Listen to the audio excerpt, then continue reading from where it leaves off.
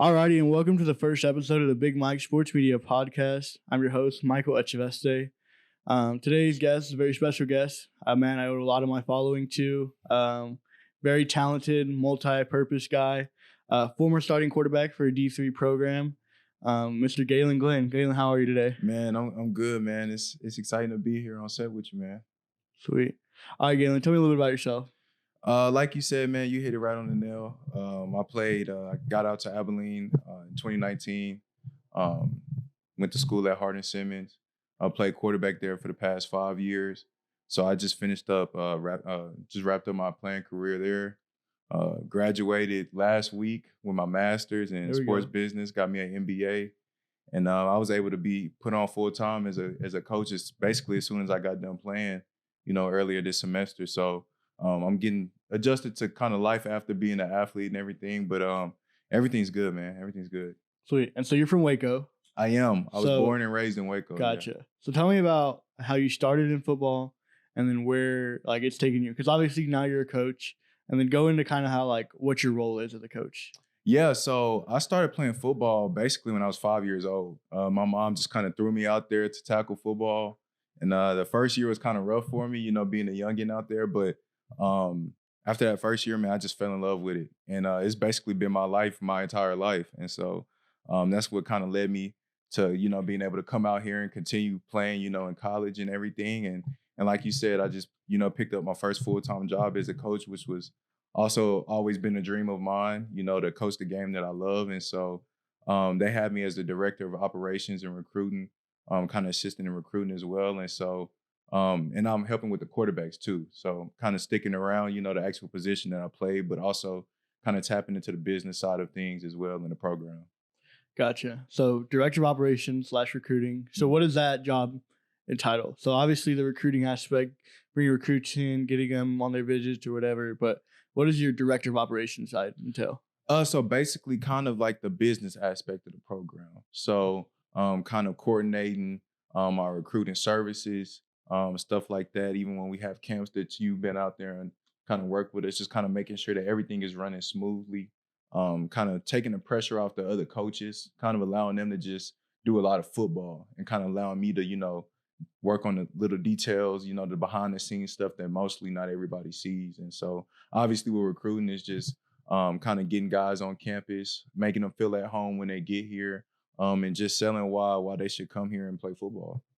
Gotcha. So Division III football, no scholarships, no athletic whatevers. I mean, you get some cool merch, obviously, but what is your favorite memory from Division III football versus the downside of it, I guess, and how you've overcome that kind of deal? So obviously you won the championship, but what's your biggest kind of not ick, but if you could change one thing, let's reword that. If you could change one thing in Division III football, outside of the scholarships and everything, what do you feel like it'd be?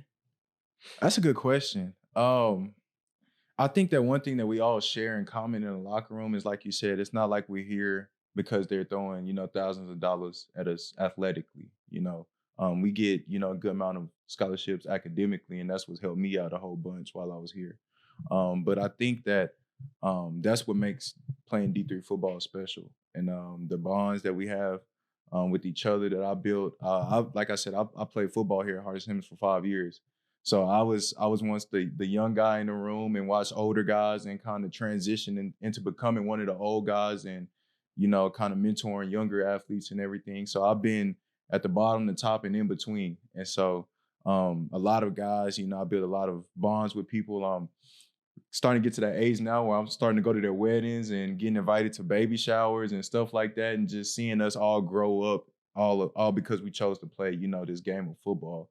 And so, man, my experience of playing football at the college level is definitely something that I'll cherish for the rest of my life. And I try to encourage other athletes, no matter what level they, end up going or whatever school they end up going to, is to really go into college football and be expecting the best and, just try to milk everything you can out of it, get the most of the experience. Okay. So you just won your conference championship. Tell me a little bit about that. What started? Like when did you realize that this team had that capability of doing that? I know it sounds cliche, but man, just from the start, you know, as soon as one season ends, the next one begins. And so, the year before, we kind of set the foundation for it and had a solid year, got back into the playoffs. And so, just kind of looking at the team, that we had this upcoming year, like ahead of time, I was like, okay, we got guys. We added a few guys here and there, and so we kind of just knew, and we were an older team because this was a lot of our COVID years. So a lot of 5-6 year players, and so. I think with the experience that I knew we was gonna have, along with just a few pieces that we added, I was like, yeah, this is the team. And I mean, as we actually started to practice and play games and kind of go against other teams and kind of travel across the country and line up against other people that were ranked just as good or if not better than us, and I was like, okay, and we were winning those games and being competitive in those games, and I was like, okay, yeah, we got a championship caliber team for sure. Sweet. Okay, so clothing brand, Mm-hmm. you have one. I do. What's your clothing brand? How did that get started? And then what's the purpose behind it? Yeah, so my clothing brand is called Perfect Odds. Perfect Odds Clothing. I started it in 2020, so that's a very familiar time with all of us. We were kind of just at home, we couldn't really do much, couldn't really go around people, and so the idea of it actually started when I was way younger in high school, and I take fashion as a expression, and I feel like it's a great way to kind of express who you are, and you can kind of, there's no rules to it. You can do it however you want, and so I think that it's a very fascinating thing, and it's definitely one of my interests, and I love seeing other people being able to express themselves the same way. So I just came up with the idea, during COVID. I said, you know what, like, this has been on my mind for a minute, and right now I got nothing to do, so let's just go ahead and make it happen. And so that's when it started, and basically the idea behind the clothing brand and the name is just, man, the odds are perfect no matter what. Even when they might look like they're stacked against you, or you might be the underdog and you're not the pick of the litter, or whatever your story is, the odds are always perfect. And I feel like you get that kind of confidence when you wear my hat or a hoodie or shorts or whatever we release. So what's your vision for the next 5 years for that clothing brand? And it's pretty big right now. You got a lot of people, all over campus. Mm-hmm. Like, what's your vision for it? Just continue to grow it genuinely. Just with the relationships, because I think that's the best part. That's my favorite part of it is, meeting people and saying, hey, like, I really relate to your brand in this way. And, it's dope to see other people, kind of look at something that I created and kind of connect with it. And so that's my main goal for it, is just to keep growing it genuinely, authentically. And then an actual goal that I have for it, obviously is to have a storefront for it, be able to, have a building where people can come and check it out, but also have that building be kind of like a multi-purpose, not just a clothing brand. They can kind of come in and, have different aspects. And eventually I want to grow it so big where I'll have, venture off into other, business ventures and, keep the Perfect Odds tag, but kind of, maybe create something like this or Perfect Odds coffee or whatever the case may be, and kind of just connect with people in all facets of life. Gotcha. So connections, that's your goal. Exactly. Just build the connections along the way. Exactly. So what's your biggest connection you've received from like Hardin Simmons football? My biggest connection that I received from Hardin Simmons football is probably, I'm actually building them right now.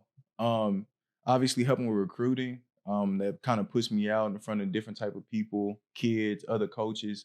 And so actually this semester I was able to kind of, travel a little bit throughout this part of Texas and kind of meet coaches and connect with other coaches that I've had in the past who actually coached me. And now I'm in the same profession as them. And so kind of sharing that kind of connection with them. And so it's a neat deal, especially in Texas where football is, almost everything. It's like a bloodline. Exactly. And so it's kind of neat building those and rekindling and, just realizing how many people know you and how you know people through other connections that you may have. And so I think that's the neat part of recruiting, actually. Yeah, that's cool. Yeah, I enjoy that. I enjoy seeing your aspect on your side of like everything. Because you're not like, you have a busy life. Yeah. You start early, finish late. Exactly. Do it all again the next day. Exactly. Whether it's a camp, recruiting, these photos in, 20 kids in one day, maybe only 5 kids the next, but it's still the same mindset, the same grind, all these connections and everything. Yeah, for sure. So speaking of like your busy day, what's like a typical day in life? Time you wake up, what happens from the moment you wake up till the moment you go back to bed? Normally I start my days pretty early, almost every day pretty early. I wake up around 5 every day. First thing I make sure I do every day is pray. So I do that, wake up, kind of get my day going. I turn on some music, depending on what mood I'm in, you know, kind of get the day going and get to the office and kind of figure out what all I have to do today.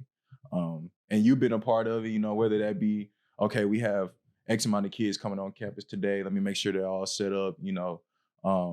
And that's what I kind of like about the coaching aspect of, I mean, the football stuff never changes and X's and O's, but from day to day, especially in the role that I am, a lot can change from, you know, day to day. One day we might have to tackle this big problem.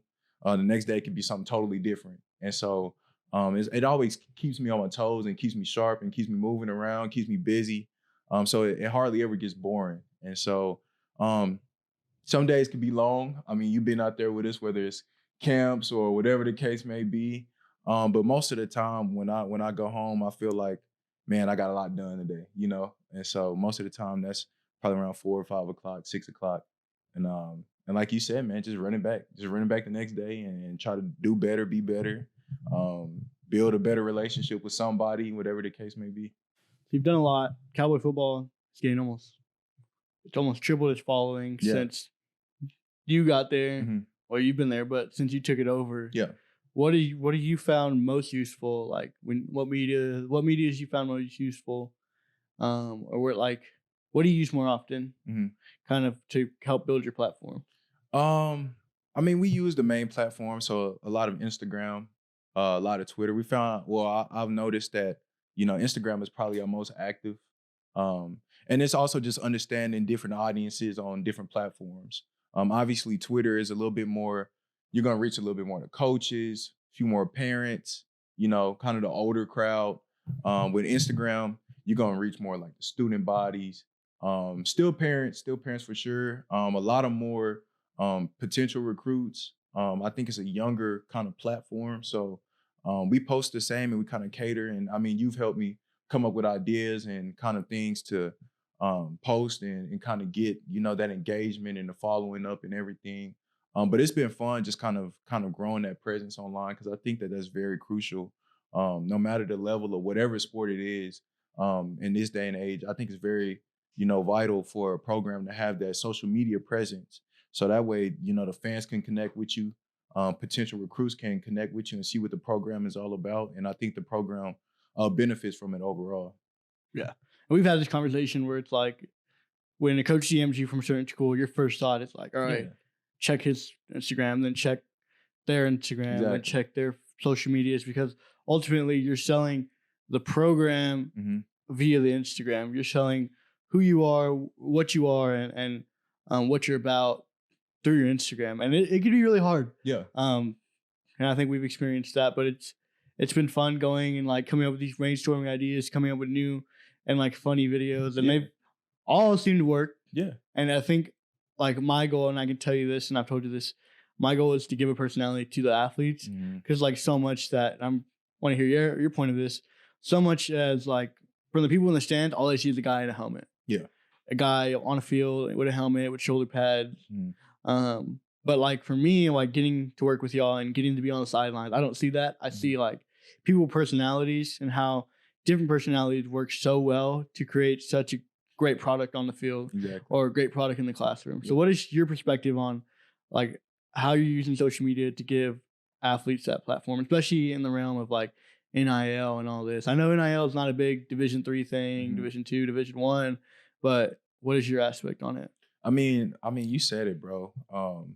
Especially in the sport of football, a lot of what we do is covered in shoulder pads, helmets, you know. But outside of that, and just in general, athletes have lives, man. We have, and I'm speaking from experience. I mean, we kind of hit it on the head. I play quarterback and I love throwing touchdowns and I love, you know, being out there on Saturdays, but I also have other stuff that I love to do as well.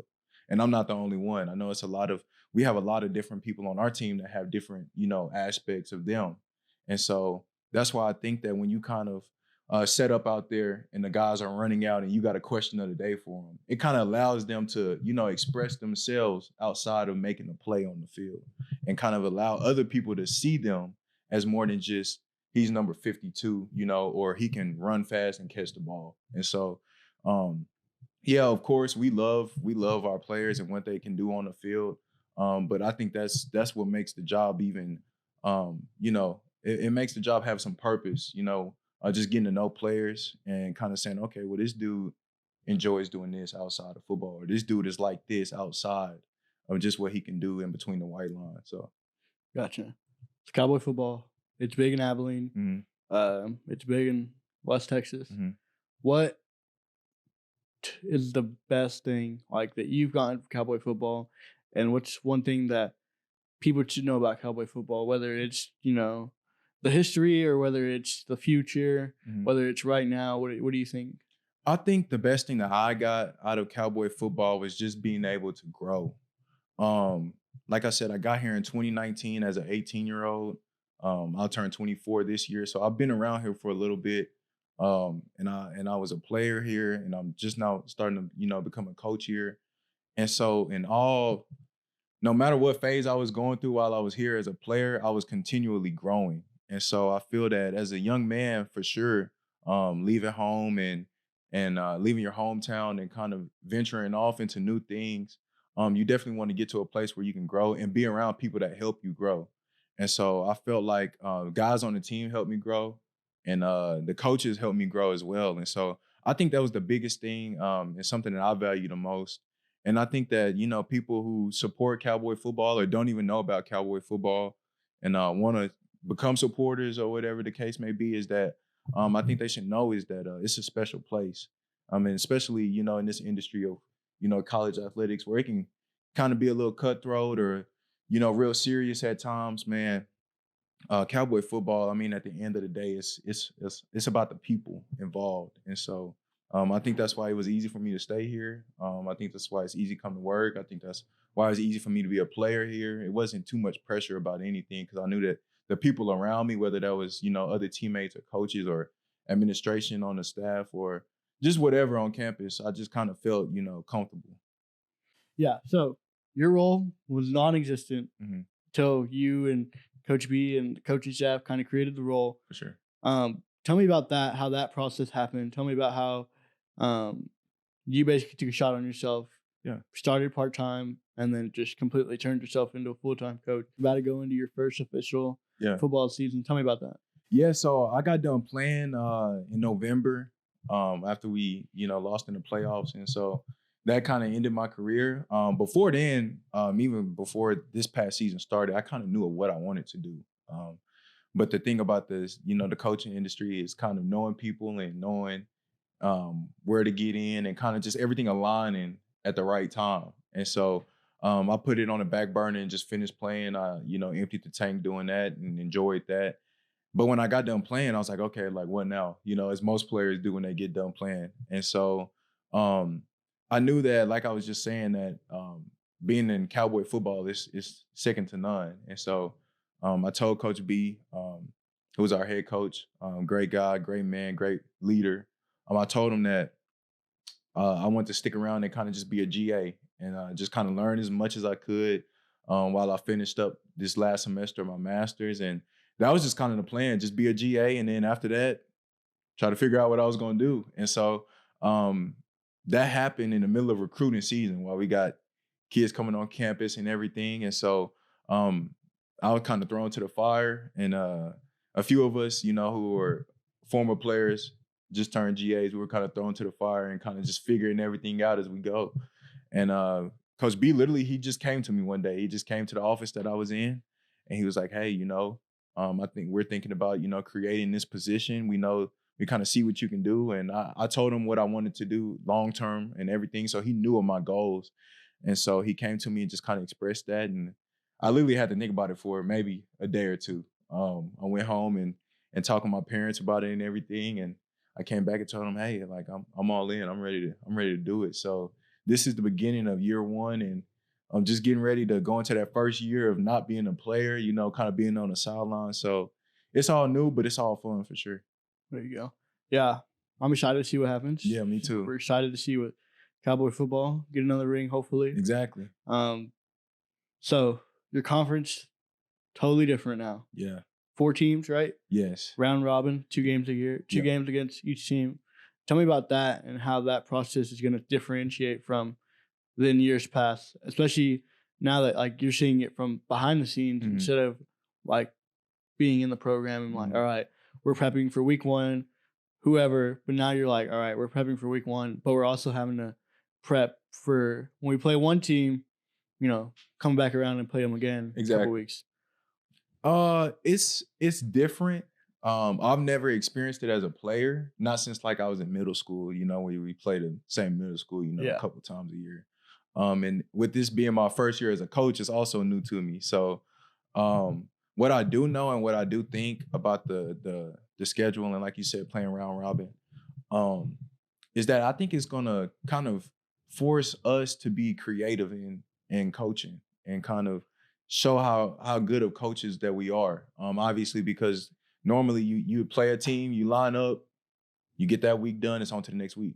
It's on to the next week. And it's just, you know, it's just resetting the weeks, you know, as any regular schedule, you know. But with this year, we're kind of playing a few teams a couple times. So we got to play them. The second time we play them, we might have to play them a little different than the first time, you know. And teams are, if they're worth, you know, what their program is worth, then they'll do the same thing. They'll make adjustments, and they probably won't play us the same way that they played us the previous years or previous weeks with this upcoming season. So it'll be a lot of adjustments and a lot of just finding ways to kind of tweak a few things. But I think overall, you know, we found success in what we do, and I think we'll stick to that and the bread and butter of what we do. But I think we'll be able to, you know, kind of get in our bag a little bit with creativity and kind of just setting our guys up and putting them in good positions. Okay, so this 4-way, is that what y'all call it? 4-way trust that y'all built. Exactly. Now you're on the other side of it. Exactly. You used to be players trusting player trusting this. Now you're coach on the opposite. So explain to me that 4-way trust and explain to me what you find is the hardest from like switching from a coach to a player. Yeah. So basically what our 4-way trust is players trusting players, players trusting coaches, coaches trusting players, and coaches trusting coaches. And so essentially what that builds is everybody ends up trusting everybody in the program. And so I think that's one of the foundations of Cowboy football and kind of what makes it really good. And so being on the other side, you know, it used to be where I was the player, you know, having to trust my teammate or trust, you know, the coaches, you know, what they call, what they're setting up for us and everything. Now it's, you know, I'm trusting the players and I'm trusting, you know, my coworkers as in the other coaches. And I think the best thing about it is that I don't really have to change my mindset that much because it's kind of instilled in everybody who's been around the program for a little minute. So I still, you know, I trust my coworkers. I think we got the best coaching staff in the nation, and I might be biased, but I'm not lying when I say that either. And so I trust those men with their methods and the hours and effort that they put into it. And Coach B always starts off our staff meetings with taking great care of our players is the number one priority. And so I think that everybody on the staff is definitely setting that high on their list of priorities. And I think the players recognize that too. So that makes it easier for them to trust us as well. And obviously, you know, with me being a lot of their teammates, I was just, you know, their teammate for the past few years. And that just ended a few months ago. But that also makes it easier just having that prior relationship with them as well. So it was you and then Matt Mitchell.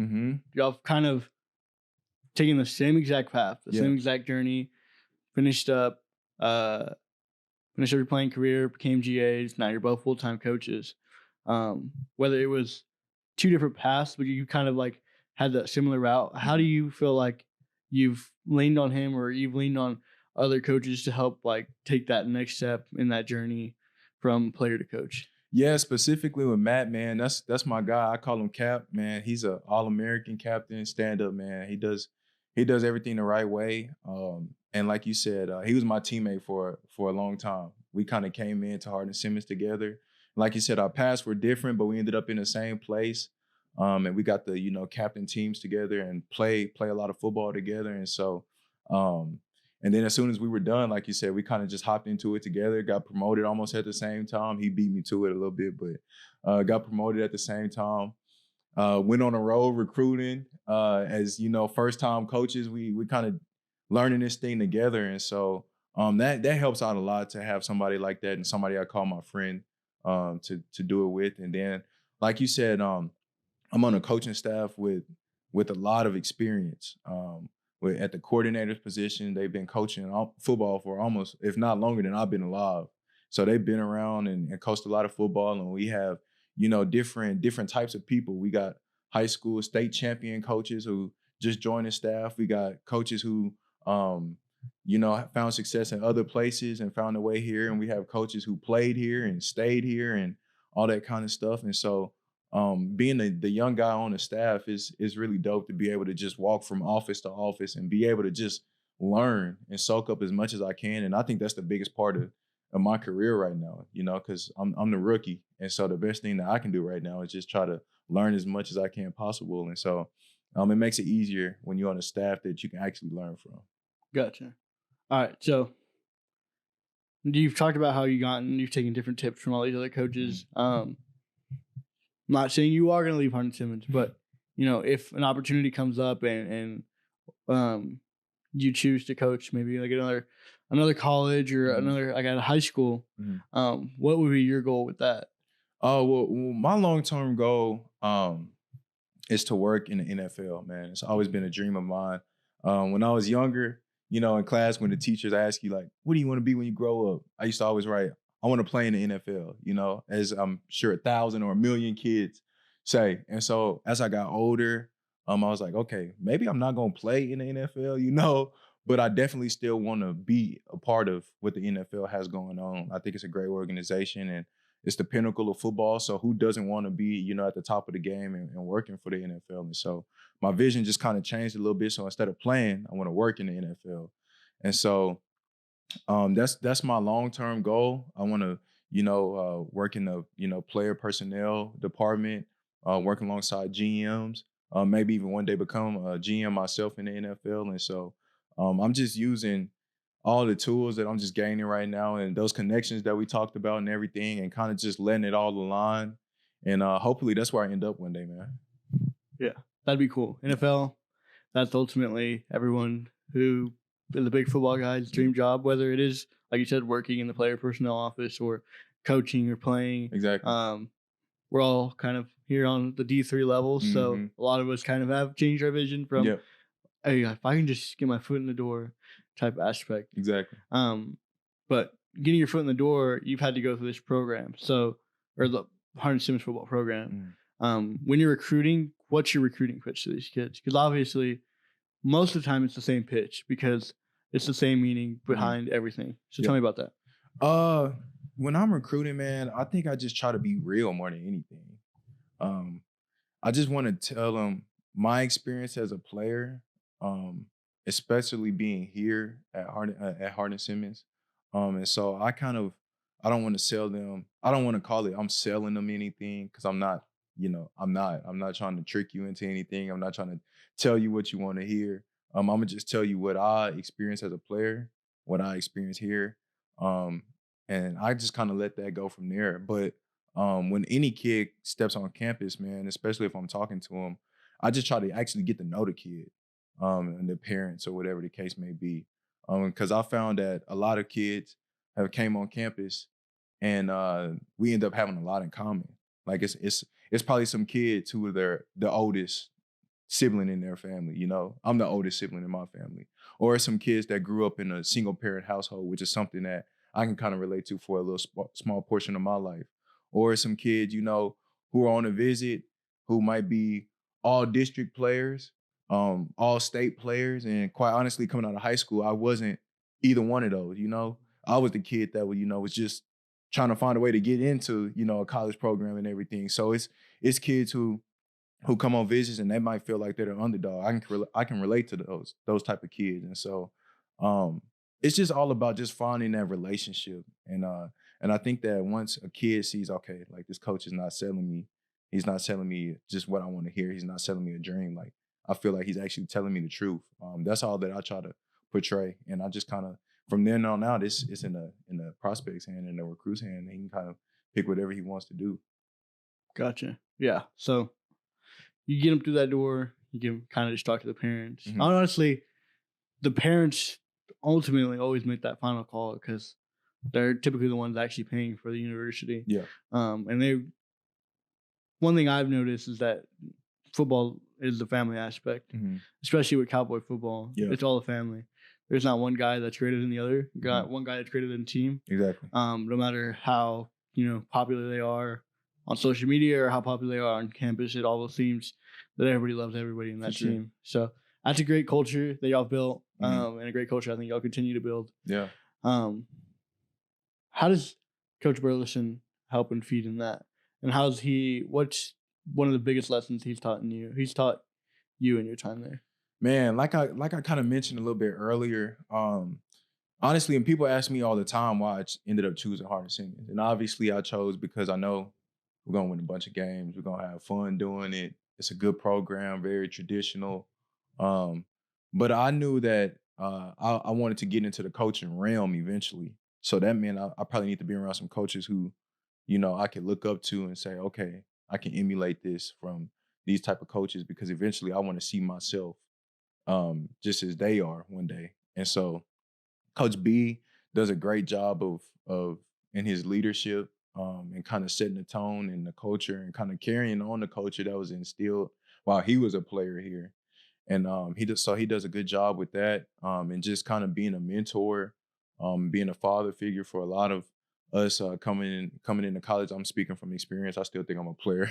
So because when I came in as an 18-year-old, that's what I needed, And so he does a great job with that. And he kind of, and like I kind of mentioned earlier on the coaching staff, he kind of preaches that to the other coaches to do the same. And so every coach on the staff ends up being, a father figure to somebody or, that kind of mentor that we all need.